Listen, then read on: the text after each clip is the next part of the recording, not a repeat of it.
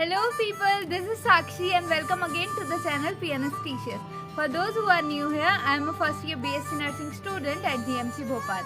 So in this video, I will be giving you the targets of tomorrow. I hope that you have completed today's target. मैंने आपको जो last day जिन targets के बारे में बताया था और जो टारगेट्स असाइन किए थे, आई होप कि आज दिन भर में आपने वो सारी चीज़ें कंप्लीट कर ली होंगी. So this is the day 2 of that crash course. और अगर आप इस वीडियो को पहली बार देख रहे हैं तो go and check out the links और check out the channel and you will get all the playlist. और इससे पहले के डे फर्स्ट के आपको टारगेट्स भी मिल जाएंगे और you will also get the summary जो कि आज ही अपलोड की गई. So for those who have completed today's target, the targets for tomorrow is कि कल के लिए आप लोगों को बायोलॉजी का chapter number 17 NCERT class 11 which is breathing and exchange of gases, इस चैप्टर को कंप्लीट करना है.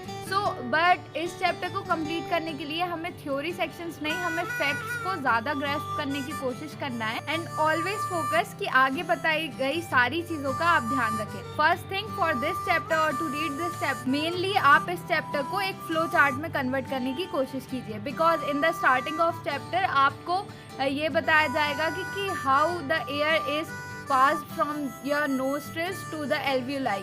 So there will be a lot of diagrams and a lot of mechanism in that process, and I want you to complete that mechanism and make a flow chart. आप उस पूरे explained paragraph का एक flow chart complete कीजिए और एक flow chart तैयार कीजिए जिससे कि आपको रिवीजन और उस चीज़ को समझने में ज़्यादा आसानी होगी. So for this please make sure कि आप हर पैराग्राफ को एक फ्लो चार्ट में कन्वर्ट कर रहे हैं. द नेक्स्ट पॉइंट है कि आपको सारे डायग्राम्स और हर एक मेम्ब्रेन या फिर सारी चीज़ों का फंक्शन और उसका वर्क क्या है वो आपको पता होना चाहिए. Like you will be asked in the question कि जो प्लूरल मेम्ब्रेन अगर लंग्स के सराउंड होती है तो वो उनका फंक्शन क्या होता है, या फिर you will be asked questions like this कि लंग्स से जस्ट कनेक्टेड या क्लोज कॉन्टेक्ट जो मेम्ब्रेन है उसका नाम क्या है और उसके फंक्शंस क्या क्या होते हैं. So the question will be asked like this. So आपकी प्रेपरेशन होनी चाहिए कि आप उस पूरे पैराग्राफ से जो मेन पॉइंट्स हैं उनको कैसे नोट डाउन करते हैं और उनका रिवीजन कितने टाइम करते हैं. सो आई विल सजेस्ट कि आप वो इम्पॉर्टेंट पॉइंट्स को पहले साइड मार्जिन्स में नोट डाउन कीजिए, प्लस उन सारी चीज़ों का फ्लो चार्ट प्लस हर एक डायग्राम पे आपको बहुत ज़्यादा फोकस करना है. In the lateral section of this chapter 2 आपको एल्विलाई का डायग्राम होगा जिसमें आपको एल्विलाई का डायग्राम प्लस उसकी बेसमेंट मेम्ब्रेन और उनके फंक्शंस भी प्रोवाइडेड होंगे. तो मेक श्योर कि आप वो डायग्राम की लेबलिंग प्लस उस डायग्राम को एक बार ड्रॉ करके भी आपको वो सारी चीज़ें आनी चाहिए. नेक्स्ट थिंग इज कि जो वॉल्यूम्स एंड कैलकुलेशंस दिए गए हैं विद द कैपेसिटीज़ आपकी IVC, IRV and tidal volume, total volume, everything is given in that book. और आपको वो सारी चीज़ें विद देयर कैपेसिटीज और विद एग्जैक्ट नंबर आपको वो सारी चीज़ें याद होना चाहिए. You will also be asked questions like this कि ट्रैकिया में अंदर जो सब डिविजन होते हैं वो ब्रोंकियल्स के कितने डिवीजन होते हैं.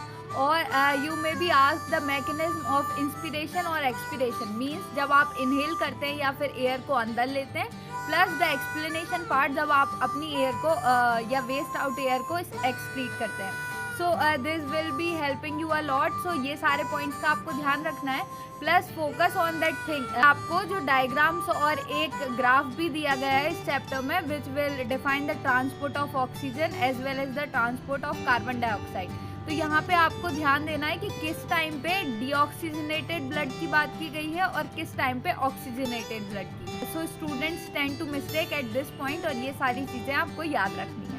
सो मेक श्योर चाहे वो ब्लड कैपिलरी का डायग्राम हो और either it is a explained theory section और या फिर आपको कोई गिवन रिएक्शन हो या नंबर ऑफ टर्म्स या कैपेसिटीज़ हो. So you have to make sure कि वो सारी चीज़ें आपको याद हैं अच्छी तरीके से, plus you have make a flow chart out of them so that you will be able to revise all of them quickly and regularly too. In the last section of that chapter you will find the diseases. आपको उन diseases को भी thoroughly read करना है. So this is the target of tomorrow in the biology section. And for tomorrow we will not complete that half remaining chapter of physics. कल हम लोग chemistry का एक नया चैप्टर स्टार्ट करने वाले हैं. That chapter is chapter number 1 of class 11th chemistry और chapter number 1 of 11th class chemistry. That chapter is class That chapter is class 11th NCERT first chapter, which is some basic concepts of chemistry. तो इस chapter को आपको fully read करना है because that chapter is small. और इस chapter के main points होंगे कि आपको मेनली स्टॉक्योमेट्रिक कोफिशिएंट्स, स्टॉक्योमेट्रिक वैल्यूज, उनके कैलकुलेशंस, परसेंटेज कैलकुलेशन एंड ये सारी चीज़ें कैलकुलेट और एक बार स्टडी करने के बाद you have to solve a number of questions, ताकि आपको इस कॉन्सेप्ट की मेन प्रैक्टिस और कैसे क्वेश्चंस पूछे जाते हैं आपके एग्जामिनेशन में वो सारी चीज़ें पता हो. So for tomorrow you have to prepare the biology 1 chapter and plus the chemistry 1 chapter 2. So that biology chapter will be completed in 2 or 3 hours. और बाकी के दिन का पूरा टाइम आप लोगों को केमिस्ट्री सेक्शन को देना है because that chapter also contains some questions in your examination. And ये चैप्टर के सिर्फ 2 या 3 कॉन्सेप्ट हैं जो आपको पहली बार पढ़ने हैं और that will be asked in your examination directly. So that's all for today. Please do like this video and share it with your friends too. This is Sakshi and I will catch you in the next video.